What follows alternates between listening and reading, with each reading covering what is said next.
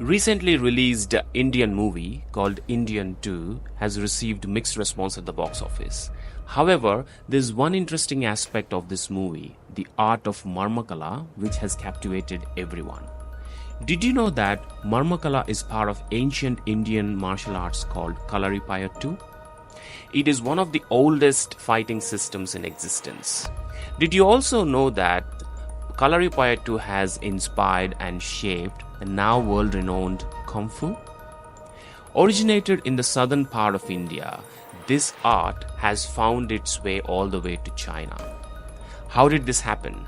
And has it really inspired the Shaolin monks to adapt it and evolve it into Kung Fu? Let's find out. This is Fanindra, and you're watching NRI Talks.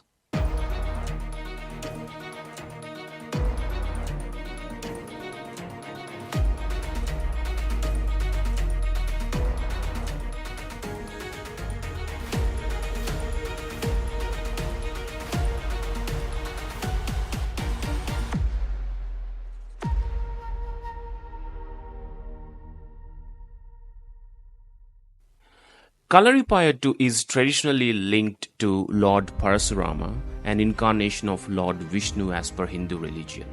He is said to have established 108 centers called Kalaris across the region in Kerala.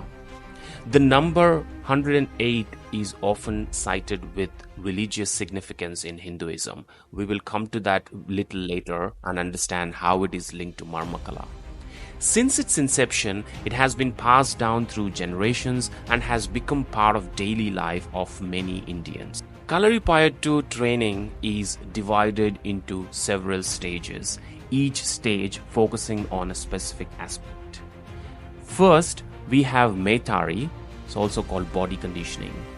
This initial stage focuses on body flexibility, stamina, and coordination. It includes leaps, jumps, and intricate footwork. Next, we have Koltari, stick fighting. In this stage, practitioners learn to fight using wooden sticks of different lengths. This helps in mastering distance control and precision in strikes. Then, we move to Ankatari, metal weapons. This form introduces, as the name suggests, use of weapons such as swords, shields, and daggers. Training is more intense and dangerous, emphasizing weapon handling and combat techniques. Then we move on to Verumkai. This focuses on bare-handed techniques including strikes, blocks, and grappling. Finally, we have the most advanced stage of Kalaripayattu, that is Marmakala. Now, human body consists of 108 pressure points, and this art focuses on those pressure points. It requires deep knowledge and understanding of body's anatomy and energy pathways. This is taught only to most dedicated and trusted students. This focuses on those 108 pressure points and how they can be attacked to cause severe pain to the opponent using very minimal force. So, how did this ancient art of Kalaripayattu end up in China? Thanks to Bodhidharma, Prince of Pallava Kingdom, who has renounced his royal life to become a Buddhist monk. He traveled to Magadha, the then Gupta Empire, and practiced Buddhism under the guidance of Prajnatara. He then wanted to spread Buddhism to other parts of the globe, journeyed back to his homeland, and found his way to China with a stopover at Kantoli, eventually making his way to Guangzhou. Now, upon reaching the Shaolin monastery, Bodhidharma found the monks in poor physical condition, unable to endure long meditation sessions. To help them, he taught a series of physical exercises that eventually evolved into what we now know today as Kung Fu. Now, let's explore various techniques and forms of Kung Fu. First, we have the Shaolin Kung Fu itself, known for its Zen Buddhist influence and a wide range of techniques including strikes, kicks, and weapon training. Then there is Tai Chi, emphasizes relaxation, balance, and internal energy flow. And then we have Wing Chun, focused on close quarter combats, quick arm movements, and strong leg work. This is made very popular in the movies by Bruce Lee. By the way, check out the YouTube channel of this guy who has trained as a Shaolin monk. Very inspiring. We then have Baguazhang, characterized by its circular movements and continuous motion. Followed by Jingyi Quan, known for its explosive power and direct linear movements.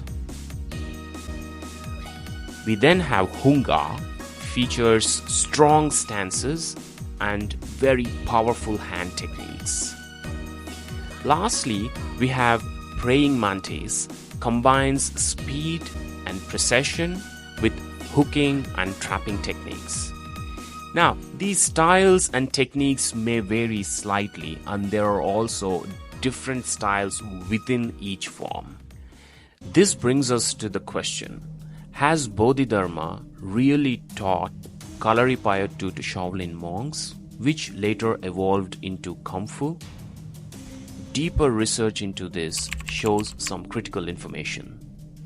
According to these sources, Bodhidharma taught the monks designed to improve internal and external strength derived from yoga practices native to India.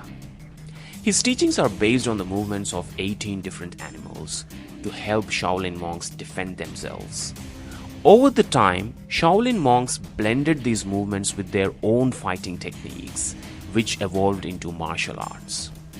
While these fighting styles vary widely, most have at least some connection in their lineage to Shaolin Temple and have come to be collectively known as Kung Fu.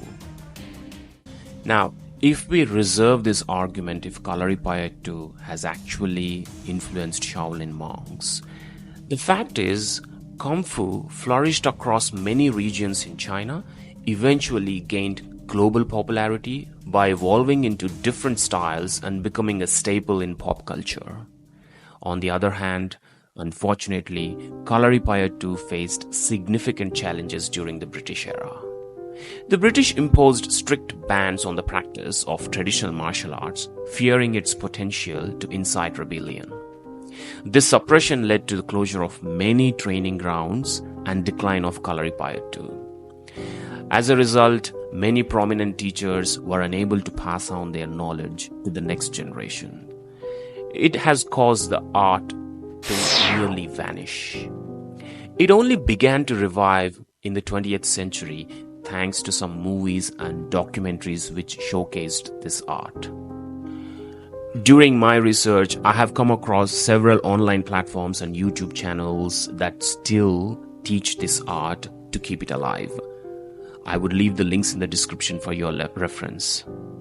If you have any stories to share or thoughts to express, please do not forget to leave them in the comment section. And also, do not forget to show us your support. You can do that by clicking on like, share, and subscribe. Thank you, everyone. Until next time, this is Fanindra, and you're watching NRI Talks.